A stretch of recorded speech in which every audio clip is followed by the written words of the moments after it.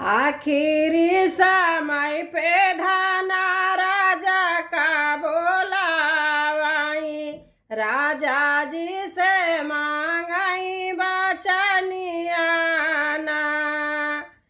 हमारे मारे से राजा दूसरी ना लाया, लाला ना पे पड़ी हाई विपतियाना।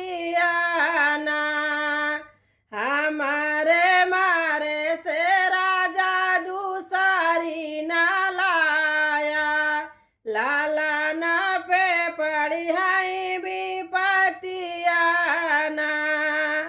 हमारा कहनवा राजा कहू न मानाई, कैली है दूसरा बियाहवाना। हमारा कहनवा राजा कहू न मानाई, कैली